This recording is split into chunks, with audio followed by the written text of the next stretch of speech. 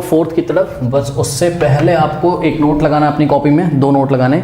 अगर D Y by D X कैसा है, पॉजिटिव है, तो इसका क्या मतलब है भाई कि एक्स के चेंज होने के साथ वाई का कर रहा है, चेंज तो हो रहा है, बट वो किस तरीके से चेंज हो रहा है, वो इंक्रीज हो रहा है। इंक्रीज होना भी चेंज होता है और डिक्रीज होना भी चेंज होता है, ठीक है ना भाई। कोई चीज़ चेंज है, जैसे अब ये लेंथ है, मान लो इतनी है लेंथ, ठीक है, किसी रॉड की लेंथ इतनी है, अब ये इंक्रीज हो रही मान लो, ठीक, तो ये इंक्रीज ऐसे होगी, डिक्रीज हो रही तो इसकी लेंथ छोटी होगी।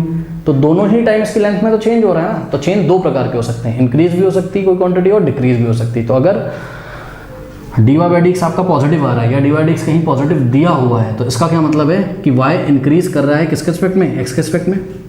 मतलब एक्स अगर इंक्रीज कर रहा है तो वाई इंक्रीज कर रहा है, ये मतलब इसका, ठीक। और अगर D Y by D X आपका नेगेटिव आ रहा है तो इसका मतलब क्या है कि एक्स तो इंक्रीज कर रहा है लेकिन वाई में चेंज आ रहे हैं, लेकिन वाई किस तरीके की वाई में चेंजेस आ रहे हैं, वाई डिक्रीज कर रहा है। जैसे कि पिछले एग्जांपल में आपने देखा था कि जो हमारा D a by D T आया था, याद है, D a by D T आया था, वो 80 पाई सेंटीमीटर स्क्वायर पर सेकेंड आया था।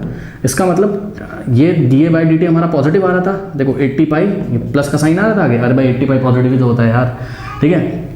तो पॉजिटिव आने का क्या मतलब था कि समय के बढ़ने के साथ साथ, जैसे यहाँ नीचे एक्स था तो उन्होंने बोला कि एक्स के बढ़ने के साथ साथ वाई बढ़ रहा है, तो समय के टाइम के बढ़ने के साथ साथ क्या हो रहा है, एरिया बढ़ रहा है, ये इसका मतलब था, ठीक है। और आप चेक तो करो कि वेव्स जब ऐसे ऐसे बढ़ रही थी तो सर्कल का एरिया बढ़ ही तो रहा है, सर्कल का एरिया बढ़ ही तो रहा है, ठीक है ना, ये चीज़ है। चलो अब ये मैंने नोट क्यों लिखवाया है, यहाँ आपको काम आएगा इस क्वेश्चन में। कह रहा कि the length x of a rectangle is decreasing at the rate of 3 centimetre per minute. तो एक रेक्टेंगल हम बनाते हैं और आपको विजुलाइज कराते हैं। सोचो बच्चों, रेक्टेंगल की लेंथ कितनी है, एक्स, ठीक है, और ये डिक्रीज कर रही है किस रेट से, 3 सेंटीमीटर पर मिनट। मतलब जैसे ही 1 मिनट होता है इसकी लेंथ में 3 सेंटीमीटर का डिक्रीमेंट हो जाता है। बात समझिए, इसका मतलब आपको गिवन क्या है स्टूडेंट्स, आपको गिवन है D X by D T. भाई एक्स क्या है, इसकी लेंथ है ना, ठीक है, एक्स क्या है, इसकी लेंथ, और लेंथ का रेट, लेंथ किसके रिस्पेक्ट में चेंज हो रही है, टाइम, भाई टाइम गुजरता जा रहा है, लेंथ चेंज होती जा रही है। और कैसे चेंज हो रही है बताओ, पॉजिटिव लें कि नेगेटिव लें, नेगेटिव लेंगे, क्यों, पढ़िए जरा क्या कह रहा है, the length x of rectangle is decreasing at the rate of 3 centimetre per minute. Unit से मैंने पहचान लिया क्या, सेंटीमीटर पर मिनट है, यानी कि टाइम के रिस्पेक्ट में चेंज निकाला जा रहा है, किसका, सेंटीमीटर में कौन नापा जाता है, सेंटीमीटर में लेंथ नापी जाती है, ठीक है। तो यहाँ यूनिट से मैंने पहचाने कि D x by D T दिया हुआ है कितना, 3 सेंटीमीटर पर मिनट। बच्चों इसका मीनिंग ये है, और आगे माइनस लगा देंगे, ठीक, इसका मीनिंग ये है कि ये रेक्टेंगल ऐसे दबता हुआ चला जा रहा है। सोचो सोचो सोचो, इमेजिन करो, रेक्टेंगल ऐसे दबता हुआ चला जा रहा है, इसका एक्स जो हो रहा है लगातार क्या हो रहा है, डिक्रीज हो रहा है, ठीक, ये बात ये कहना चाहते हैं। और हर 1 मिनट में कितनी लेंथ डिक्रीज आती है इसकी, 3 सेंटीमीटर। अब आगे बढ़िए, and the width Y is increasing at the rate of 2 centimetre per minute. तो इसकी विड्थ कितनी है, 2, सॉरी, इसकी विड्थ को किससे दिखाया गया है, वेरिएबल वाई से। और ये वाई क्या कर रहा है, ये वाई कर रहा है, इंक्रीज कर रहा है at the rate of 2 centimetre per minute. यानी कि आपको क्या दिया हुआ है, D Y by D T दिया हुआ है, और ये हम कैसा लेंगे, चेक करो, वाई इज इंक्रीजिंग, इंक्रीज कर रहा है वाई किसके रिस्पेक्ट में, टाइम के रिस्पेक्ट में। सुनो, टाइम तो बढ़ता ही जा रहा है, टाइम तो अनंत काल से बढ़ रहा है, टाइम कभी कम थोड़ी ना होता है, टाइम तो निकलता ही जा रहा है, इंक्रीज करता जा रहा है। यानी कि ये नीचे वाली क्वांटिटी तो इंक्रीज करती ही चली जा रही है, उसके रिस्पेक्ट में ये क्या कर रही है, डिक्रीज, लेकिन टाइम के रिस्पेक्ट में ये विड्थ क्या कर रही है, इंक्रीज कर रही है। और किस रेट से इंक्रीज कर रही है, 2 सेंटीमीटर पर मिनट के हिसाब से। मतलब आपको अगर हम यहाँ फोटो दिखाएं तो अगर अभी स्थिति ऐसी तो अगले पल स्थिति पता है कैसी होगी, ये दब जाएगा कि ऐसे लंबा हो जाएगा, तो ये ऐसा हो जाएगा। ध्यान से चेक करो, ये देखो, एक्स छोटा हो गया लेंथ, अगर 1 मिनट गुजर गया तो एक्स लेंथ 3 सेंटीमीटर छोटी हो गई, लेकिन ये जो वाई था, विड्थ था, ये विड्थ बड़ा हो गया अगले 1 मिनट में। कितना बड़ा हो गया, कितना इंक्रीज हो गया, 2 सेंटीमीटर का इंक्रीमेंट हो गया। तो इससे 2 सेंटीमीटर प्लस करके ये हो गया, और इससे 3 सेंटीमीटर माइनस करके ये हो गया। बात समझ में आई कि नहीं। अच्छा एक बात बताओ, पेरीमीटर का फॉर्मूला आपको पता है, पेरीमीटर, पहले बताओ पेरीमीटर पता है क्या होता है, हाँ, पेरीमीटर क्या होता है, रेक्टेंगल के बाउंड्री की लेंथ होती है, ठीक।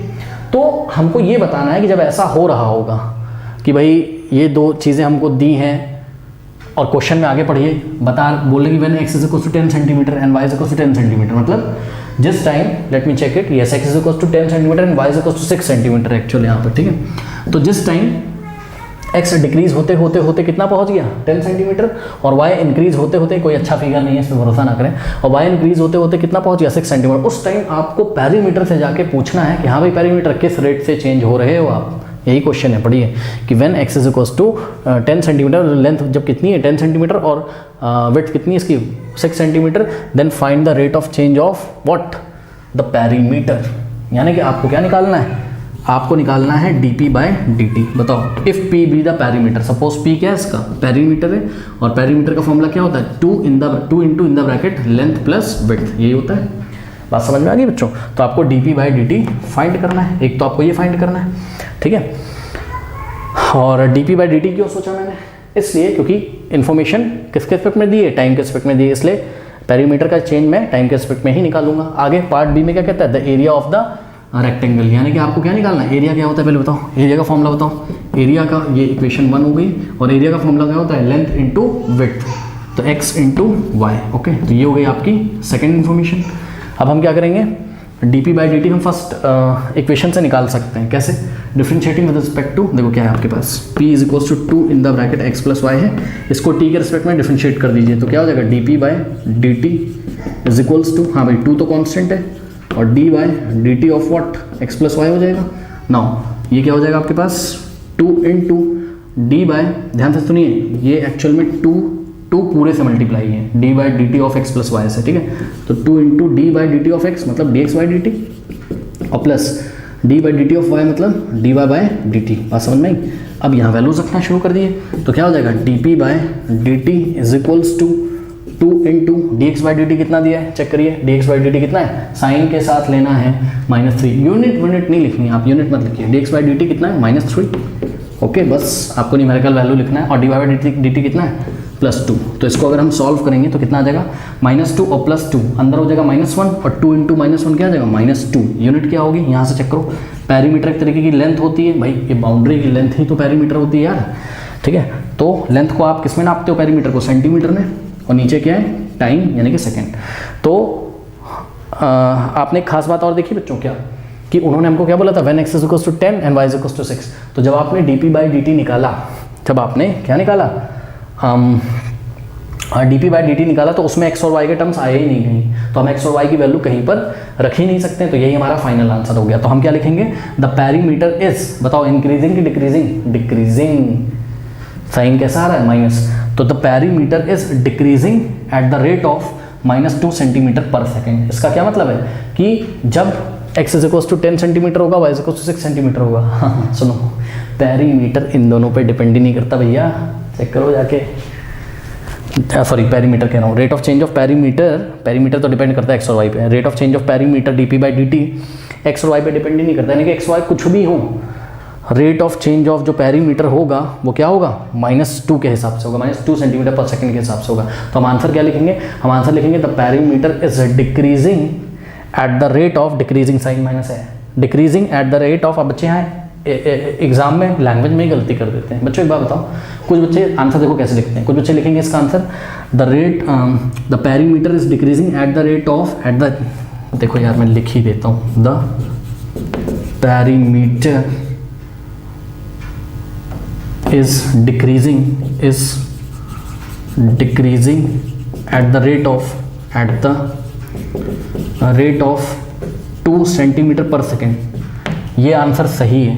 और अगर आपने लिख दिया the perimeter is decreasing at the rate of -2 centimetre per second, गलत। ये क्या बात होती है यार, माइनस साइन ओनली शोज कि rate of change of perimeter कैसा है, डिक्रीजिंग है, मतलब ये नीचे वाली क्वांटिटी बढ़ रही है, यानी कि समय बढ़ता जा रहा है और पेरीमीटर कम होता चला जा रहा है, ठीक है, ये बात है, यही है ना। अगर ये नेगेटिव आ जाए तो क्या होता है कि x तो इंक्रीज करेगा लेकिन y क्या करेगा, डिक्रीज करेगा, ठीक है। चलो बहुत बढ़िया। अब बात करते हैं किसकी, dA बाई dt की, ठीक है। Rate of change of area भी निकालना है, तो इक्वेशन सेकंड को टाइम के साथ में डिफ्रेंशिएट करते हैं, यानी कि d by D T of A, यानी कि dA by dt is equals to what, d by D T of x into Y. यहाँ लगेगा प्रोडक्ट रूल, ये फर्स्ट फंक्शन है और ये सेकेंड फंक्शन, ठीक है। प्रोडक्ट रूल क्या होता है, first function into derivative of second function plus second function into derivative of first function, यानी कि x into D by D T of y, यानी कि d by D t plus y into D by D T of x. Now तो यहाँ से आ जाएगा आपके पास क्या, d a by D t is equals to, हाँ भाई d a by D t कब निकालना था बताओ, जब x कितना था 10 एंड y कितना था 6 रखो इसमें, x की वैल्यू कितनी रखेंगे 10, और dy बाई dt कितना दिया था आपको 2, प्लस y की वैल्यू कितनी रखेंगे 6 इंटू, और dx बाई dt कितना दिया था, नेगेटिव में दिया था, नेगेटिव में ही आप रखोगे। ठीक, तो 10 2 ज़ा 20 और प्लस माइनस माइनस 6 3 ज़ा 18 माइनस 18, तो आंसर आ गया आपका क्या प्लस का 2, और यूनिट यहाँ से देखो एरिया होता है सेंटीमीटर स्क्वायर और टाइम सेकंड में, तो सेंटीमीटर स्क्वायर पर सेकंड। यहाँ पे आपने देखा कि rate of change of area जो है वो डिपेंड कर रहा है किस पे, एक्स और वाई पे। एक्स वाई जो भी होंगे उस हिसाब से D a by D T अलग अलग आएगा। तो when the length is 10 centimeter and width is 6 centimeter, then the rate of change of area is what 2 centimeter square per second। यानी कि जिस टाइम लेंथ इतनी और विड्थ इतनी होगी उस टाइम जो एरिया होगा वो हर 1 सेकंड में कितना चेंज हो रहा होगा 2 सेंटीमीटर स्क्वायर के हिसाब से चेंज हो रहा होगा। ओके, कर लीजिए। यहाँ पे एक गलती हो गई है, एक्चुअल में आपको यूनिट मिनट में दी थी तो हम किस में रखेंगे मिनट में, ठीक है। और यहाँ पर भी हमको किस में रखना है, सेकंड में रखना है, मिनट में रखना है। क्वेश्चन देखिए, तो पर मिनट के हिसाब से बात करी जा रही, तो यूनिट का हमको ध्यान रखना है।